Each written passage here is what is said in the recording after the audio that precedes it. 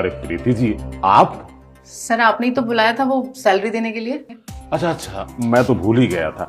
आइए ना, अंदर आइए।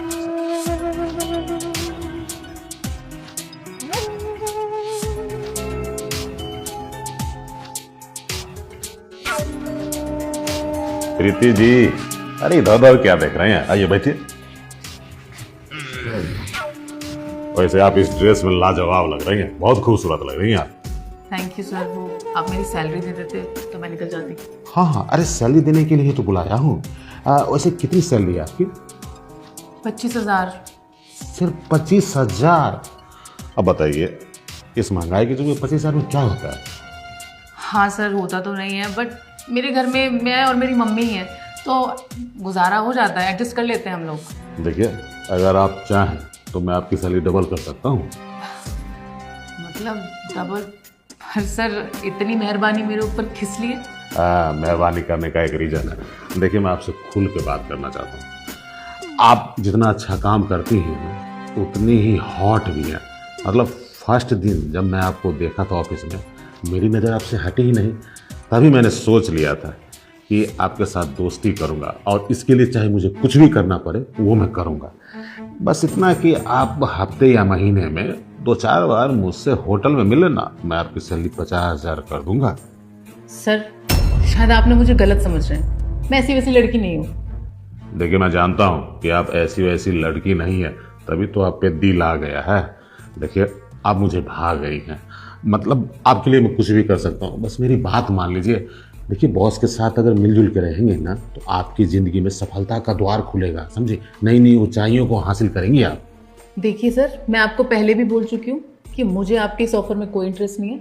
मुझे जितनी सैलरी मिलती है मैं उस पर खुश हूँ, तो आप मुझे मेरी सैलरी दे दीजिए, मैं चली जाऊँगी। प्रीति जी, ठंडे दिमाग से सोचिए ना। देखिए, आपको इतना अच्छा ऑफर दे रहा हूँ, चलिए 50,000 रुपया कम है ना, तो मैं आपका प्रमोशन भी कर दूंगा। अब तो मान जाइए प्लीज़।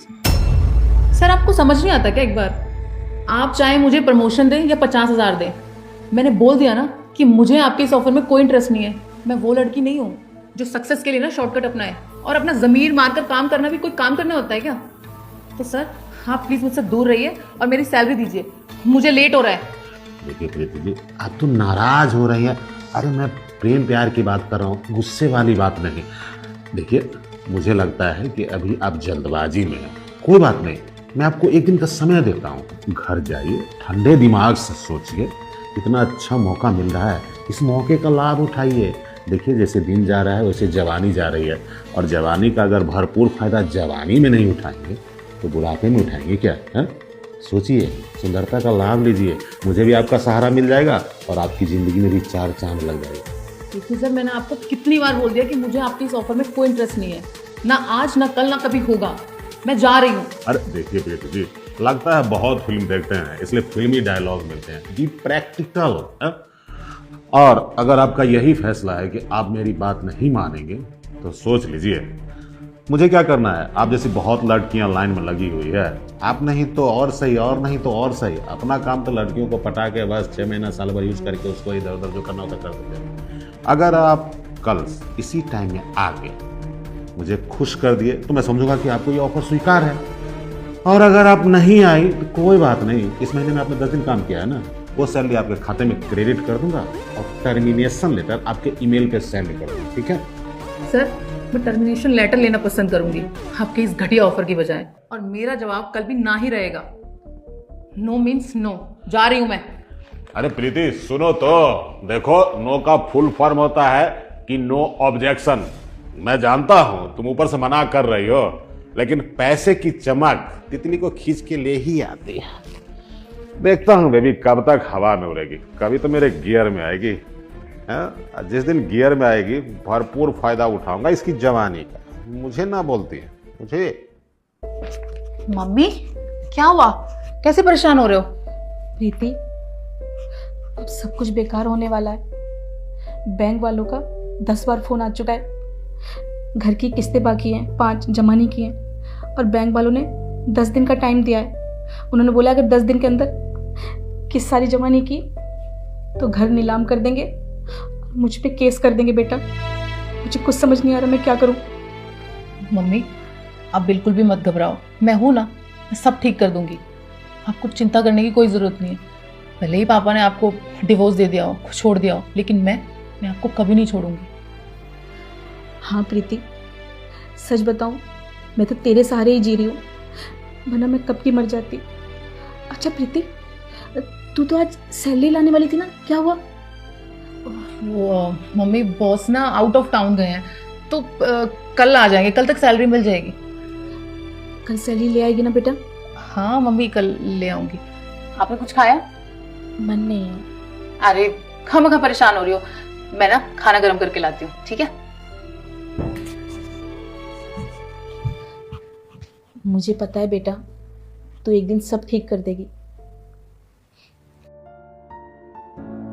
हे भगवान, ये कैसी दुविधा में डाल दिया तूने मुझे। अगर मैंने पैसों का इंतजाम नहीं किया तो घर नीलाम हो जाएगा और मम्मी पे केस भी हो जाएगा। नहीं नहीं, मैं ये सब नहीं चाहती। और अगर मैं वो बॉस के पास गई तो वो तो मेरे साथ, मैं तो खुद की नजरों में गिर जाऊंगी। नहीं भगवान, कुछ कर, तू ही आसरा है अब तो।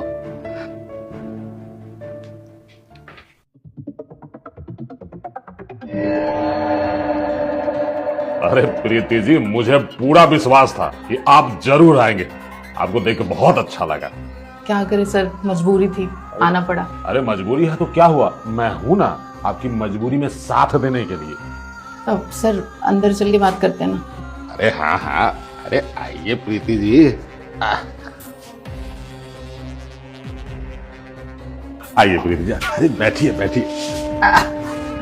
जानती हैं, आपने बिल्कुल सही डिसीजन लिया और आपको इस ड्रेस में देख के मुझे बहुत खुशी हो रही है। इसका मतलब आपने मेरा ऑफर स्वीकार कर लिया, तो जिस काम हेतु आए हो करें कहीं। सर पहले पैसे दे दीजिए। अरे पैसे तो दे ही दूंगा, पैसे कहाँ भागे जा रहे हैं, बस बहुत दिन से इंतजार था ना आपका। सर प्लीज पैसे दे दीजिए ना पहले। अच्छा ठीक है, मैं पैसे लेके आता हूँ, लेकिन पैसे लेने के बाद नखरा मत दिखाइएगा, ठीक है? हे भगवान, प्लीज मुझे बचा ले इस दरिंदे से। अगर आज मैंने सच में कुछ कर लिया ना, मेरा ज़मीर और आत्मा दोनों मर जाएंगे। भगवान, अगर तुझे लगता है ना कि मैंने कभी भी तेरी सच्चे दिल से पूजा की है, तो आज तू मेरी मदद ज़रूर करेगा। और आज तूने मेरी मदद नहीं की ना, तो मैं समझ जाऊंगी दुनिया में भगवान नाम जैसा कुछ नहीं होता। ये लीजिए प्रीति जी, मैंने जैसा आपसे वादा किया था 50,000 का करक लीजिए, ले रख लीजिए। अब तो खुश है ना, अब तो आपको कोई दिक्कत नहीं है। जरा छू लेता हूँ गाल को।